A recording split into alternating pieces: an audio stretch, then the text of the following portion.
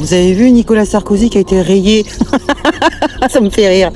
De la plus haute distinction française. Ouais, terminé, sa Légion d'honneur. Parti.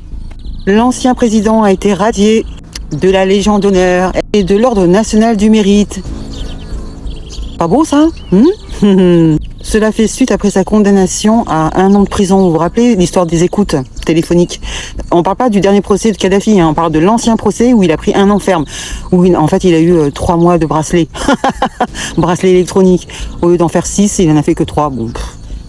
Et ça c'est selon la loi, qui stipule que toute peine d'1 an de prison ferme, ou plus, entraîne une exclusion automatique.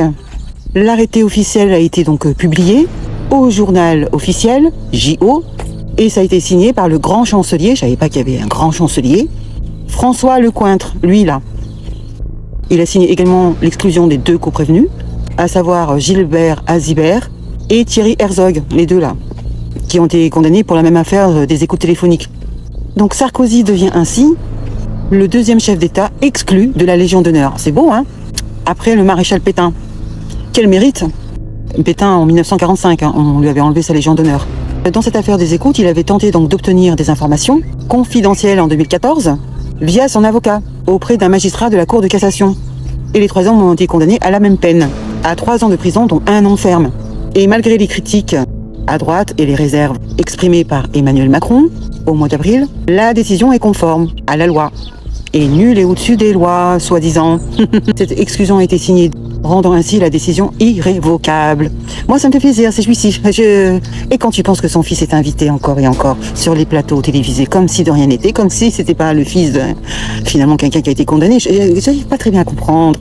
Et je précise que Nicolas Sarkozy est toujours mis en examen pour l'autre affaire, un dossier assez sensible, l'affaire du financement libyen. Rappelez-vous, on aura le verdict en septembre prochain.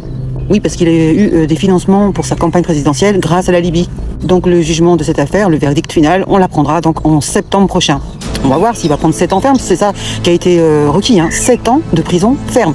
On verra bien ce qu'il en est, on verra bien ce qu'il va prendre au final. Je vous invite à écouter la vidéo, c'est assez jouissif de la prendre de la part des médias qui sont toujours en train de l'encenser. Écoutez plutôt. Nicolas Sarkozy perd sa Légion d'honneur, c'est un autre titre de l'actualité ce matin. C'est donc désormais officiel. L'ancien chef de l'État condamné dans l'affaire dite des écoutes à 1 an de prison ferme a été exclu de la Légion d'honneur. L'arrêté a été publié au journal officiel. Nicolas Sarkozy perd également l'Ordre national du mérite. C'est le 2e chef d'État privé de la Légion d'honneur après le maréchal Pétain en 1945 lorsqu'il avait été condamné pour haute trahison et intelligence avec l'ennemi. Nicolas, on en parlait depuis plusieurs semaines déjà. C'est la loi.